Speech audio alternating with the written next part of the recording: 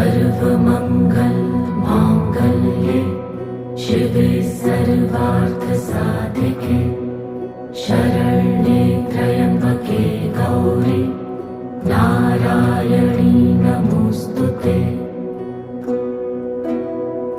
या देवी सर्वभूतेषु विष्णुमायेति शक्तिता नमस्तस्यै नमस्तस्यै नमस्तस्यै नमो नमः।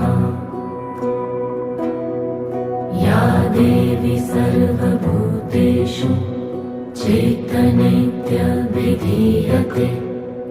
नमस्तस्यै नमस्तस्यै